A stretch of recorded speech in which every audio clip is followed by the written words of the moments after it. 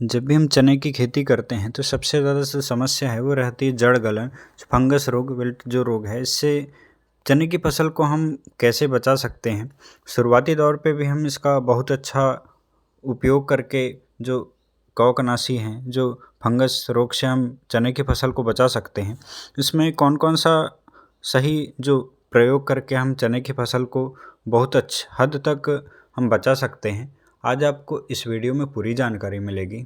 Channel पे अगर आप नए हैं तो चैनल को सब्सक्राइब ज़रूर कर लें। अगर वीडियो पसंद आए तो वीडियो को शेयर ज़रूर करें। चने की खेती जब भी हम करते हैं तो इसका जो छोटी छोटी जो कुछ बातें ख्याल रख के हम बेहतर इसका उत्पादन ले सकते हैं।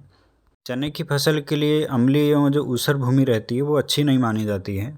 और जो चने की जो फसल हम जब भी लेते हैं तो सिंचित सिंचित क्षेत्र में या फिर अनसिंचित क्षेत्र में इसकी फसल बहुत अच्छे से ली जा सकती है। जो इसका सही समय, अगर समय पे अगर सही हम बुआई करते हैं तो जो उगटा जो रोग लगने का जो खतरा भी बहुत कम हो जाता है। अगर समय पे हम बुआई करते हैं तो इसका उत्पादन भी बहुत अच्छा होता है।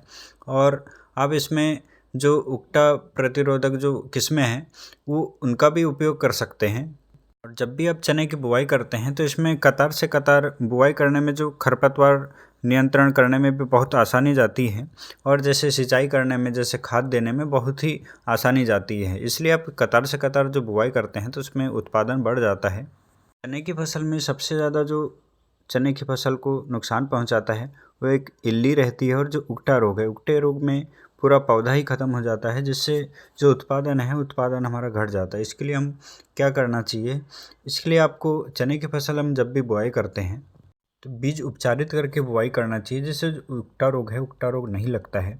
और जब भी आप चने की खेती करते हैं तो अगर आपके खेत में बहुत ज़्यादा चने के खेत में उगटा रोग लगता है तो आप उसको दूसरी फसल लगा सकते हैं। 1-2 साल 3 साल तक आप गैप कर सकते हैं, उसके बाद ही चने की खेती करें।